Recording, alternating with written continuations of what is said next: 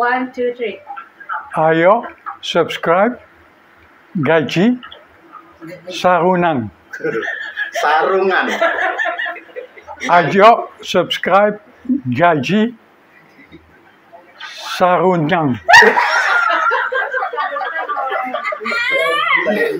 Jadi tidak boleh seseorang itu meminang orang lain ya, kalau sudah dipinang oleh orang lain.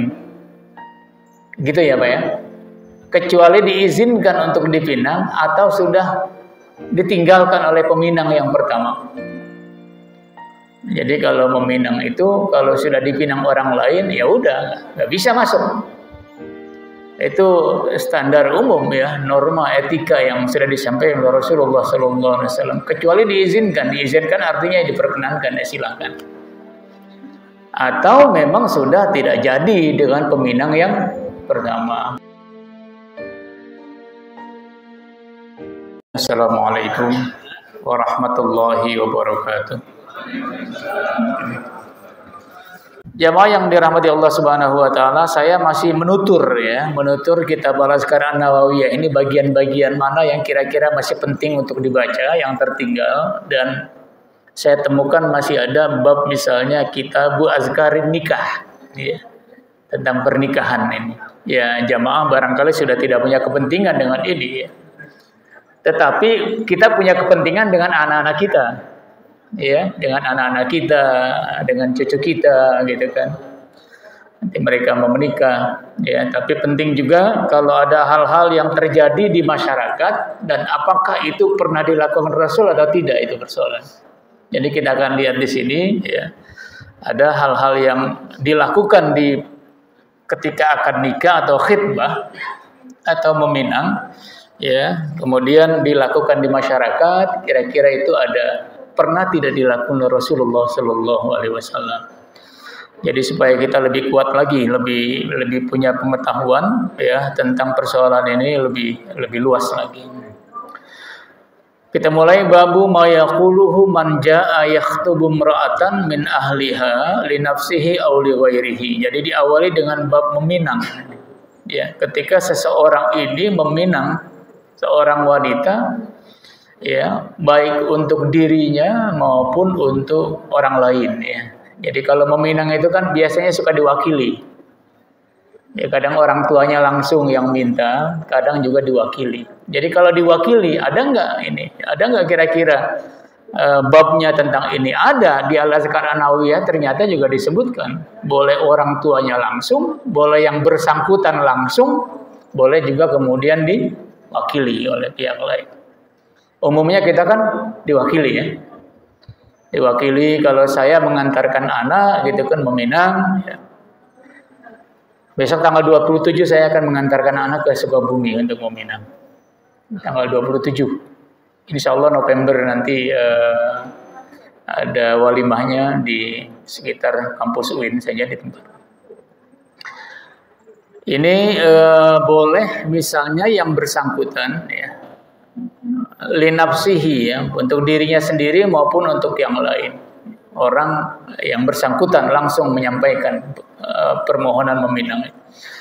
Dan jamaah yang dimuliakan Allah Subhanahu wa taala, ini ada beberapa hadis tentang ini sebelum masuk ke ada hal yang perlu dibaca di dalam hadis ini. Jadi bukan umumnya ada standar umum yang ini berlaku. Dan ini menjadi sesuatu yang perlu dipegang, dipedomani.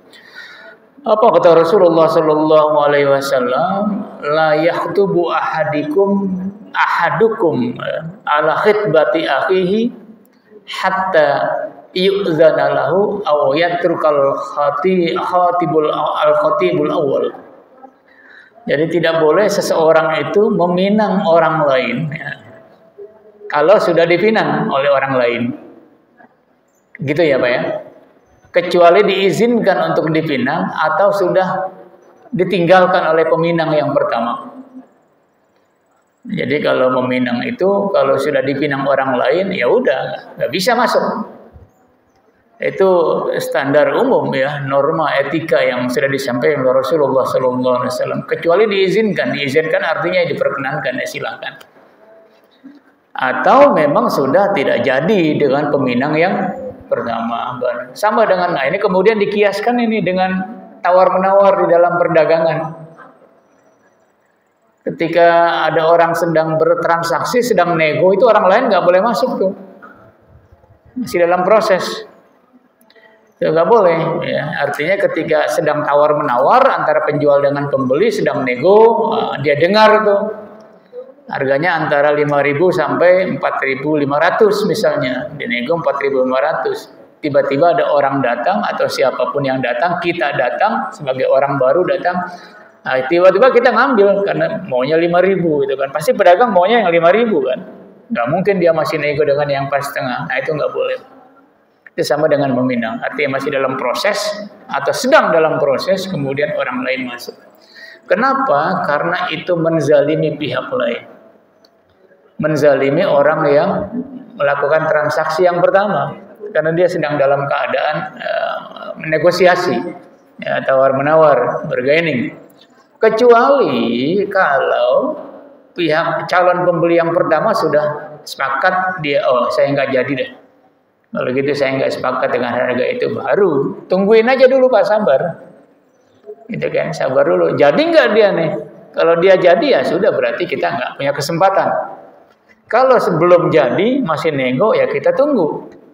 Jangan kita nyerobot atau masuk ke dalam situasi di mana orang lain sedang melakukan bargaining. Sama dengan meminang juga demikian.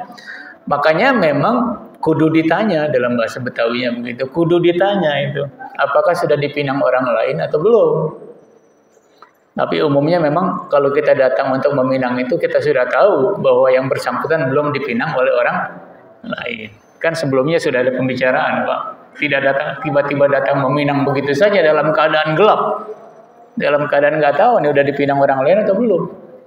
Biasanya keluarga yang datang itu, yang mau meminang itu sudah tahu kalau yang bersangkutan itu belum dipinang oleh orang lain. Sebab hampir tidak mungkin begitu datang tiba-tiba pinangan bapak untuk anaknya kami tolak karena anak kami sudah dipinang oleh orang lain. Kan nggak mungkin itu, Pak. Artinya balik kanan gitu kan, pulang tanpa hasil gitu kan. Itu tidak biasalah terjadi di tengah-tengah masyarakat kita. Biasanya sebelumnya sudah ada pendekatan, ya, kalau memang prosesi meminang itu sudah dibuka, berarti ada kesempatan kuat bahwa yang bersangkutan itu memang belum dipinang oleh orang lain. Nah, karenanya pihak si ayah, ya, dengan anaknya misalnya yang perempuan itu harus sangat betul-betul terbuka, tuh harus dekat. Jangan bapaknya bilang belum, anaknya bilang udah. Bapaknya yakin belum nih, karena nggak terbuka juga. Bapaknya sama anaknya nggak komunikasi. Tiba-tiba bapaknya bilang, ya sudah datang aja ke rumah untuk meminang. Begitu ditanya, anaknya bilang sudah ada pilihan, atau sudah ada kepastian dengan yang lainnya, cuma belum datang. Nah, itu hampir tidak mungkin juga terjadi seperti itu.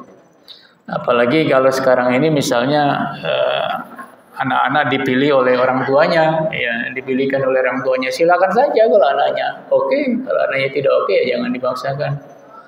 Sebab yang mengalami dan menjalani bahtera rumah tangga itu kan anak-anak kita, bukan kita. Dan kita juga udah nggak boleh banyak campur tangan. Kalau kita sudah ankahtuka wa zawwajtuka, itu sudah kita serahkan semua tanggung jawab kita pada sang suami yang bersangkutan dari anak-anak kita. Semua nafkahnya, nafkah lahirnya, kebutuhannya semua itu seakan-akan kita sudah serahkan kepada pihak lain yang bertanggung jawab sebagai seorang suami.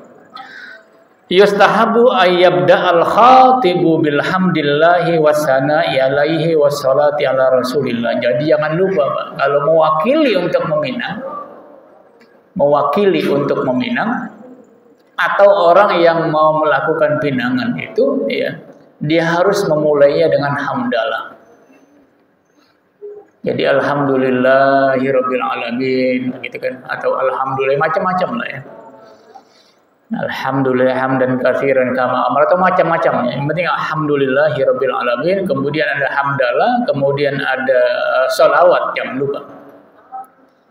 Yustahabu, disunahkan bagi orang yang mau meminang itu mengucapkan atau memulainya, membukanya dengan kalimat hamdalah. Alhamdulillahirabbil alamin dan selanjutnya ya, dan salawat. Wa yaqulu, setelah hamdalah dan salawat kemudian dia mengucapkan syahadat. Khatib Jumat juga mestinya begitu. Hamdalah, salawat, syahadat, atau hamdalah, syahadat, ya kemudian salawat, ayat, gitu kan ya. Jadi sebenarnya hamdalah, salawat dan syahadat itu sebagai pembuka dan jangan ditinggal. Jadi hamdalah, salawat, wa yaqulu asyhadu an la ilaha illallah wahdahu la syarikalah wa asyhadu anna muhammadan abduhu wa rasuluh. Ji'tukum ragiban fi fatatikum fulanah au fi karimatikum fulanah binta fulanin au nahwi dzalika. Jadi kalau bertindak selaku orang yang diamanatkan untuk meminang, ya. Rasulullah SAW menyampaikan setelah hamdalah dan salawat kemudian syahadat, ya, asyhadu an la ilaha illallah wahdahu la syarikalah wa asyhadu anna muhammadan abduhu wa rasuluh, baru kemudian diucapkan maksud kedatangannya itu apa. Jadi ji'tukum raghiban fi fatatikum fulanah au fi karimatikum fulanah binta fulanin au nahwi dzalika. Jadi kalau kita mau dibumbuin macam-macam kemana-mana dulu ngobrol supaya suasana menjadi lebih akrab, lebih terbuka, macam-macam lah ya caranya sesuai dengan adat dan kearifan lokal masing-masing, gitu kan ya. Maka di situ diucapkan maksud dan tujuan yang bersangkutan. Misalnya apa tadi? Ya, datang untuk meminang, ya, anak dari yang bersangkutan, atau misalnya disampaikan meminang si Anu, anak si Anu, Fulanah binti Fulan. Rawaina fi sunani Abi Dawud wa Ibnu Majah wa ghairihima an Abi Hurairah radhiyallahu anhu an Rasulillah sallallahu alaihi wasallam qala kullu kalamin wa fi ba'd riwayati kullu amrin la yubda'u fihi bilhamdulillahi fahuwa ajzam ay aqta. Jadi ini ditegaskan lagi ini di dalam kitab Al-Azkar An-Nawawiyah. Kullu kalamin, setiap pembicaraan, pembicaraan yang apalagi pembicaraan itu sangat penting. Misalnya tadi soal meminang. Kullu amrin, setiap pembicaraan, setiap peristiwa, ya, perbuatan. La yubda'u fihi bilhamdillahi fahuwa ajzam. Tidak diawali dengan alhamdulillahi rabbil alamin, maka dia ajzam ay aqta. Apa itu ajzam ay aqta? Ajzam atau aqta itu adalah qalilul barakah. Jadi akan sedikit mendapatkan keberkahan. Jadi setiap perbuatan yang kita lakukan supaya potensi untuk mendapatkan keberkahan kebaikan dari Allah Subhanahu wa taala dan memiliki nilai-nilai kebaikan yang lain itu diawali dengan hamdalah. Alhamdulillahirabbil alamin. Jadi dengan hamdalah. Diawali dengan hamdalah. Mau akad nikah, mau meminang, mau buka rapat, gitu kan kalau di kantor. Mau buka rapat DKM, mau buka musyawarah kerja, jangan lupa tuh. Jadi pakai hamdalah. Bahkan bismillah. Setiap perbuatan-perbuatan yang diawali dengan hamdalah dan basmalah, hamdalah, salawat, basmalah, itu bernilai ibadah. Jamaah olahraga nih, olahraga itu kan duniawi, fisik, kesehatan. Awali dengan basmalah, itu menjadi punya nilai ibadah. Kalau tidak diawali dengan basmalah, itu tidak bernilai ibadah. Artinya hanya pekerjaan biasa. Jadi setiap apa yang kita lakukan, tentu saja yang diridhai Allah Subhanahu wa taala, yang baik-baik, itu awali selalu dengan basmalah. Jadi jangan lupa, sampai kita makan pun demikian, dengan basmalah. Bahkan kalau makan pun kelupaan, ya, lupakan kita makan nih, saking saking laparnya gitu kan, atau memang sangat membutuhkan konsumsi makanan, atau saking semangatnya lupa baca basmalah kan. Di tengah-tengah makan kita bahkan diajarkan oleh Rasulullah SAW, Bismillahi awwaluhu wa akhiruhu, atau Bismillahi awwalahu wa akhiruhu. Jadi supaya mendapatkan keberkahan maka diawali dengan basmalah, ya. Apalagi ini adalah soal meminang. Warwaina fi sunani Abi Daud wa Tirmizi an Abi Hurairah anin Nabi sallallahu alaihi wasallam qala kullu khitbatin laisa fiha tasyahudun fahiya kal yadil jazamai. Tadi disebutkan tuh, enggak pakai hamdalah, enggak pakai shalawat. Bahkan kemudian ini juga disebutkan di dalam hadis, di dalam Al-Azkar An-Nawawi ini disebutkan Rasulullah SAW bersabda, kullu khutbatin, setiap pidato, setiap uraian apa saja yang berbentuk itu adalah pembicaraan, laisa fiha tasyahhud, enggak ada tasyahhud, tidak ada syahadat, ya, maka itu diumpamakan seperti tangan cuma sebelah doang. Jadi tangan istilahnya dikiaskan, dianalogikan dengan tangan tetapi hanya sebelah saja. Jadi lengkapi saja Pak, hamdalah, salawat, syahadat. Hamdalah, salawat, syahadat. Khotib-khotib Jumat juga itu jangan ditinggalkan. Hamdalah, salawat saja mestinya dilengkapi dengan syahadat. Hamdalah, salawat, syahadat, baru kemudian wasiat atau ayat dulu atau wasiat. Wasiatnya ya enggak macam-macam, wasiatnya wasiat tentang ketakwaan kepada Allah Subhanahu wa taala. Kita lanjutkan jamaah yang dimuliakan Allah Subhanahu wa taala. Ini babu aradir rajuli bintahu wa ghairaha mimman ilaihi tazwijuha ala ahlil fadl wal khair liyatazawwajuha. Ini unik. Ini yang biasa banyak dilakukan oleh para tokoh, kiai-kiai.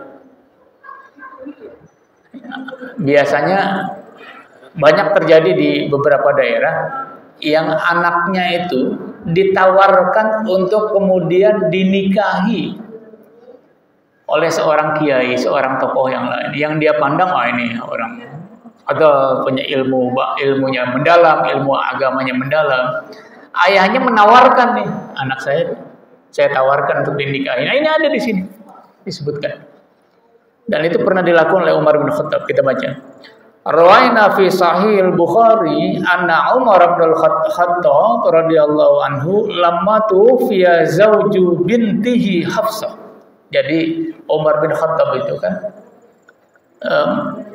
mantunya wafat. Anak dari Hafsah. Suami dari Hafsah. Mantunya wafat. Lamma tufiya zauju bintihi Hafsah. Jadi anaknya namanya Hafsah, suaminya wafat. Jadi mantunya wafat. Mantunya Umar bin Khattab wafat.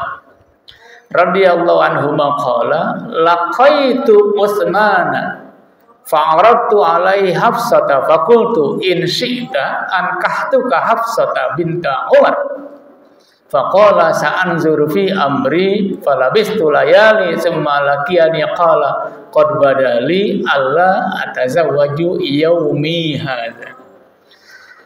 Jadi intinya di sini disebutkan bahwa Umar bin Khattab ketika mantunya wafat, anaknya Hafsah, suaminya wafat, mantu dari Umar bin Khattab. Jadi Umar bin Khattab ini datang kepada Utsman bin Affan. Ini kan tokoh besar juga. Ya. Jadi ini kiai ketemu kiai, katakanlah begitu ya. Tokoh agama ketemu tokoh agama. Jadi Umar bin Khattab ini mantunya wafat, ya, suami dari Hafsah. Kemudian dia datang kepada Utsman. Wahai Utsman, dalam bahasa kita, in syi'ta ankahtuka, kalau engkau berkenan, saya akan nikahkan kau dengan anak saya Hafsah, yang suaminya sudah wafat. Jadi menawarkan. Kenapa demikian? Ya, karena Utsman ini adalah dianggap sebagai seorang ahlul fadl, orang yang punya keutamaan, orang yang mendalam ilmunya. orang yang sangat harismatik sebagai tokoh gitu kan. Boleh nggak begitu kira-kira? Di banyak tradisi di beberapa daerah juga begitu, ya. Pada akhirnya kemudian nanti ditawarkan anaknya ditawarkan untuk dinikahi oleh orang lain yang menurut ayahnya itu adalah orang yang sangat mendalam ilmunya, ya. Ditawarkan. Tetapi apa jawab Utsman? Utsman kan sebagai seorang sahabat juga pada Umar. Umar juga nggak malu-malu. Jadi udah biasa itu, Pak. Biasa gitu kan. Kalau mau dinikahi silakan, saya akan nikahkan anak saya itu yang suaminya wafat, yang mantu saya yang wafat. Apa jawabnya Utsman bin Affan? Faqala sa'anzuru fi amri. Ya, nanti saya pertimbangkan nih kira-kira. Kata Utsman, saya pertimbangkan. Falabistu layali summa lakiyani faqala. Kata Umar bin Khattab, aku tunggu beberapa lama waktunya. Sampai Utsman mempertimbangkan itu berapa lama kira-kira. Falabistu layali, aku tunggu bermalam-malam jawabannya. Jawaban siapa? Jawaban Utsman. Summa lakiyani, kemudian ya, satu ketika Utsman ini menjumpaiku, mau jawab gitu istilahnya. Ini sudah ada putusan. Apa jawabannya? Kata Utsman, faqala qad badali alla atazawwaju yaumi hadza. Sudah jelas bagiku ada petunjuk bahwa sebaiknya aku tidak menikahi. Nah, jadi dalam bahasanya begitu. Jadi Utsman ini dalam tanda kutip tidak berkenan atau belum berkenan untuk menikahi Hafsah yang ditawarkan oleh Umar bin Khattab. Gak ada masalah, Bang. Gak ada masalah. Tokoh-tokoh agama di beberapa wilayah di daerah-daerah tertentu tuh ada yang malah menawarkan anaknya. Yang punya pesantren ditawarkan anaknya pada kiai yang punya pesantren yang lain. Jadi didekatkan. Itu untuk kesinambungan generasi pesantren supaya seterusnya nanti. Makanya banyak yang besanan antara kiai anu dengan kiai anu. Itu biasanya sudah tak menawarkan anaknya itu untuk kemudian menjadi istri atau suami dari anak kiai yang lain. Nah, itu juga ternyata tawar-menawar begini, ditawarkan itu di dalam tradisi ya Khulafaur Rasyidin yang pernah terjadi pada Umar bin Khattab dan Utsman juga itu dilakukan. Nah, kemudian jemaah, ketika Utsman tidak berkenan menikahi anaknya Umar bin Khattab Hafsah itu, apa Utsman putus asa? Enggak, dia datang lagi ke yang lain, nawarkan lagi kepada yang lain. Kita baca. Falaqaitu Abu Bakrin, ya. Setelah Umar menolak tidak menikahi anaknya Umar, Utsman menolak. Ya. Umar ini datang kepada Abu Bakar. Falaqaitu Abu Bakrin Siddiq radhiyallahu anhu faqultu in syi'ta ankahtuka Hafsah binta Umar. Ya, fasomata Abu Bakrin radhiyallahu anhu wa zakara tamamal hadis, ya. Jadi ternyata setelah Utsman tidak berkenan untuk menikahi Hafsah yang ditawarkan oleh Umar bin Khattab, Umar kemudian menawarkannya kepada Abu Bakar. Abu Bakar juga ditunggu beberapa lama jawabannya. Setelah mempertimbangkan, apa kata Abu Bakar? Abu Bakar nggak jawab apa-apa, Pak. Berdiam saja. Arti diam itu diambil kesimpulan oleh Umar bin Khattab bahwa Abu Bakar juga nggak berkenan untuk menikahi Hafsah. Itu nggak ada masalah, Pak. Artinya untuk tokoh-tokoh yang semacam ini nih, orang tua itu nggak perlu juga malu-malu, ya.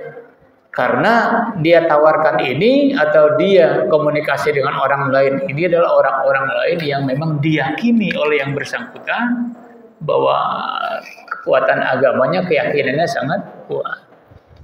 Jadi kalau Bapak misalnya ada hal-hal yang semacam ini dan Bapak saksikan di tengah-tengah masyarakat, itu memang pada masa Rasulullah SAW ini yang terjadi pada Umar itu terjadi dilakukan pada saat beliau masih hidup.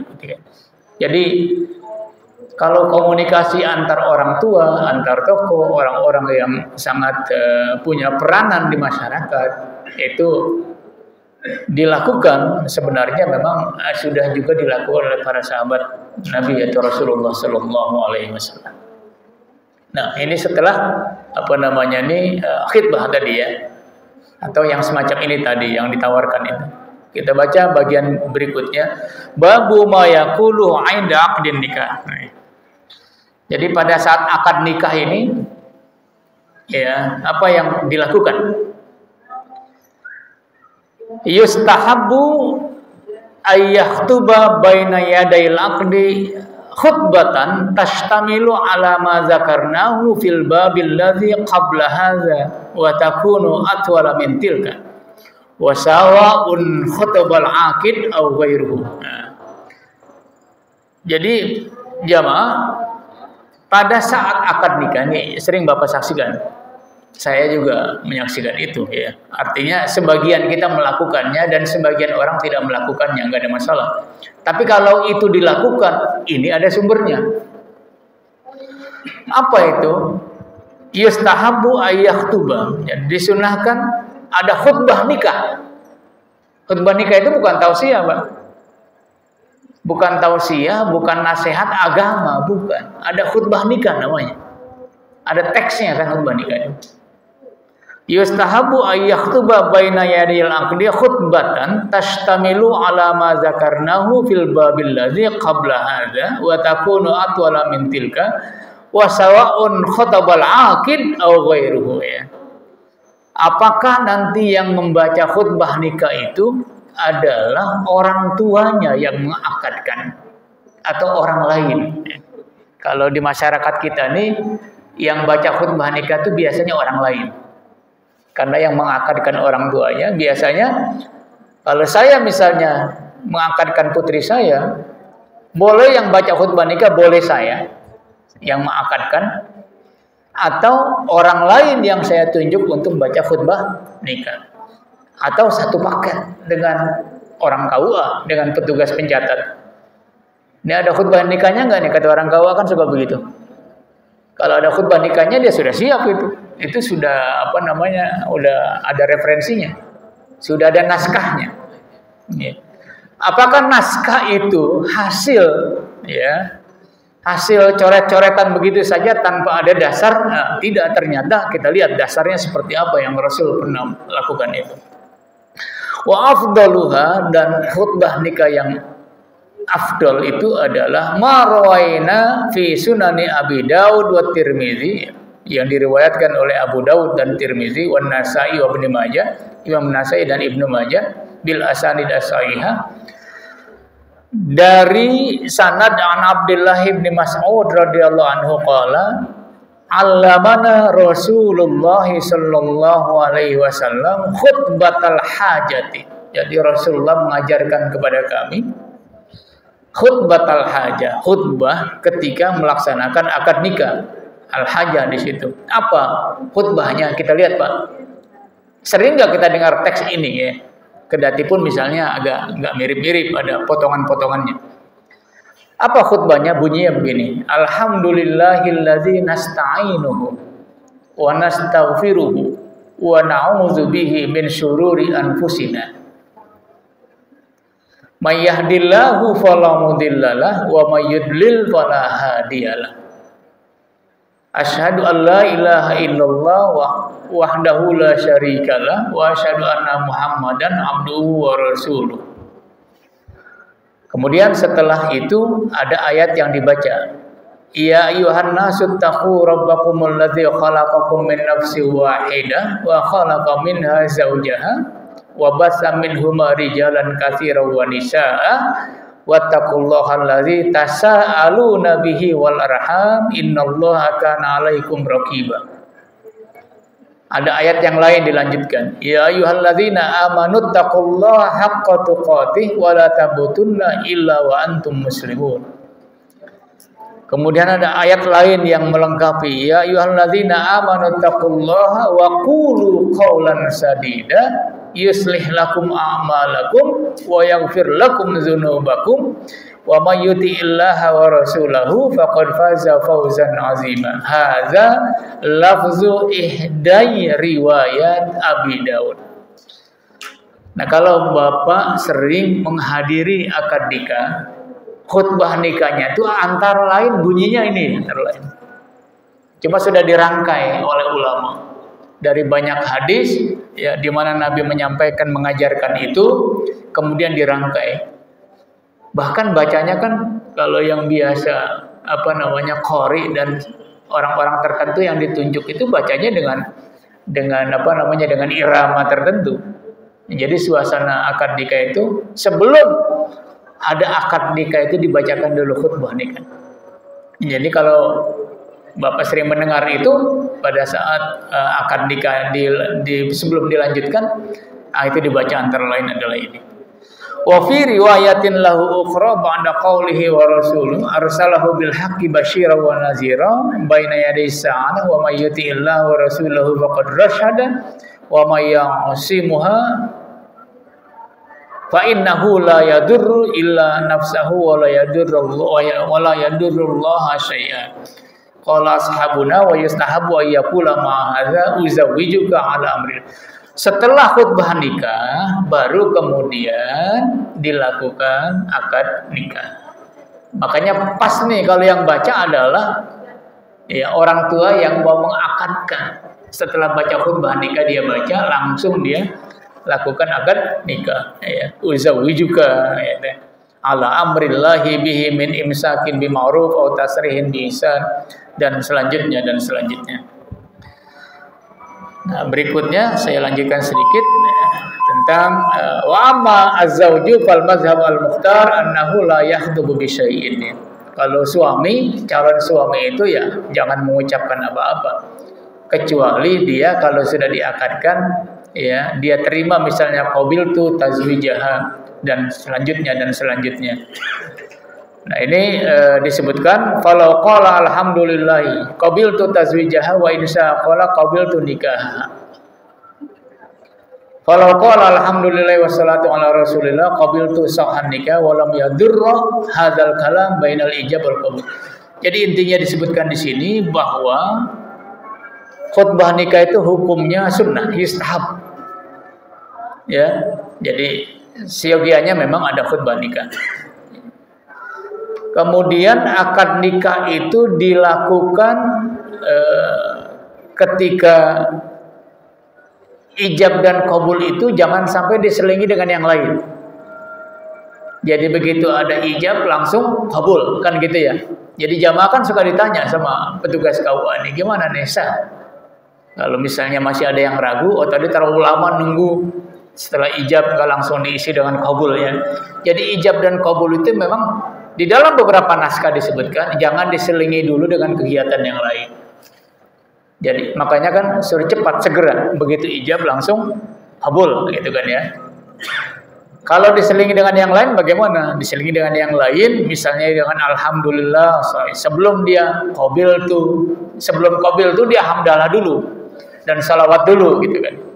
Nah, itu menurut beberapa catatan disebutkan bahwa itu nggak ada masalah karena itu terkait dengan memang hamdalah sebelum dia menerima, sebelum dia qabul pengantin itu dia sebutkan dulu adalah hamdalah dan salawat. Nah, itu disebutkan di sini tidak ada masalah. Qabiltu sahha an-nikah wa lam yadur hadzal kalam bainal ijab wal qabul. Li'annahu fasilun yasirun karena di situ ada jeda antara ijab dan qabul itu jedanya kalau dia ucapkan hamdalah dan salawat itu jedanya cuma sedikit. Yang nggak boleh itu jedanya banyak. Udah diijabkan, baru kemudian dia nengok sana, nengok sini, ngomong macam-macam yang lain. Baru setelah itu dia qabil tuh, itu yang nggak dibenarkan karena sudah diselingi dengan kegiatan-kegiatan yang lain. Jadi ijab dan qabul itu siogianya dilakukan sesegera mungkin setelah ijab langsung diucapkan qabul. Ini saya kira jamaah yang dimuliakan Allah Subhanahu wa taala. Nanti pada bagian yang lain saya kira ada doa-doa yang Nabi ucapkan untuk kedua mempelai. Ini juga menarik, sangat menarik untuk kita ketahui karena hal-hal yang semacam ini banyak terjadi di masyarakat ya. Tetapi kita belum tahu juga seperti apa, apakah ada dasar hukumnya atau tidak. Kalau tidak pakai khutbah nikah, sah nggak nikahnya? Iya sah, nggak ada masalah. Itu hanya sebagai pelengkap. Tapi itu disunahkan, yustahabu, ya, dianjurkan karena Rasulullah mengajarkan pada sahabat. Jadi nggak ada masalah tanpa khutbah nikah. Jadi bukan menjadi syarat sahnya akad nikah. Mau pakai khutbah nikah silakan, tidak pakai khutbah nikah juga silakan. Cuma masalahnya kan kalau pakai khutbah nikah juga harusnya paham itu, dipahami, dimengerti, jangan cuma sebagai variasi saja. Ya kan? Jangan hanya sebagai variasi saja. Sama dengan kita baca kisah Maulid, Pak. Itu kalau kita Maulid kan baca Barzanji tuh. Itu mestinya dibahas tuh. Jadi jangan dibaca tapi kita nggak tahu juga artinya, nggak tahu juga terjemahannya maksudnya apa. Cuma Arabnya saja yang kemudian menjadi kebiasaan, menjadi tradisi dibaca. Mestinya satu ketika dibaca ya, Barzanji atau kisah Maulid itu, dan pada akhirnya ya, dengan sendirinya kita akan tahu apa yang dimaksud di dalam naskah-naskah Barzanji. Ada yang mau disampaikan? Kalau tidak ada, saya kira cukup. Ya, mudah-mudahan bermanfaat dan paling tidak sedikit banyaknya kita tahu kalau ada hal-hal yang terjadi di masyarakat. Ya kita sudah mendengar bahwa di dalam Al-Azkar An-Nawawi, Imam Nawawi ini juga disebutkan. Jadi jangan sampai kita nanti beranggapan, itu khutbah nikah dari mana asalnya itu? Nggak ada itu. Nah, berarti belum buka kitab Al-Azkar An-Nawawi. Kita tahu. Saya kira cukup sampai di sini dan terima kasih atas perhatiannya dan mohon maaf.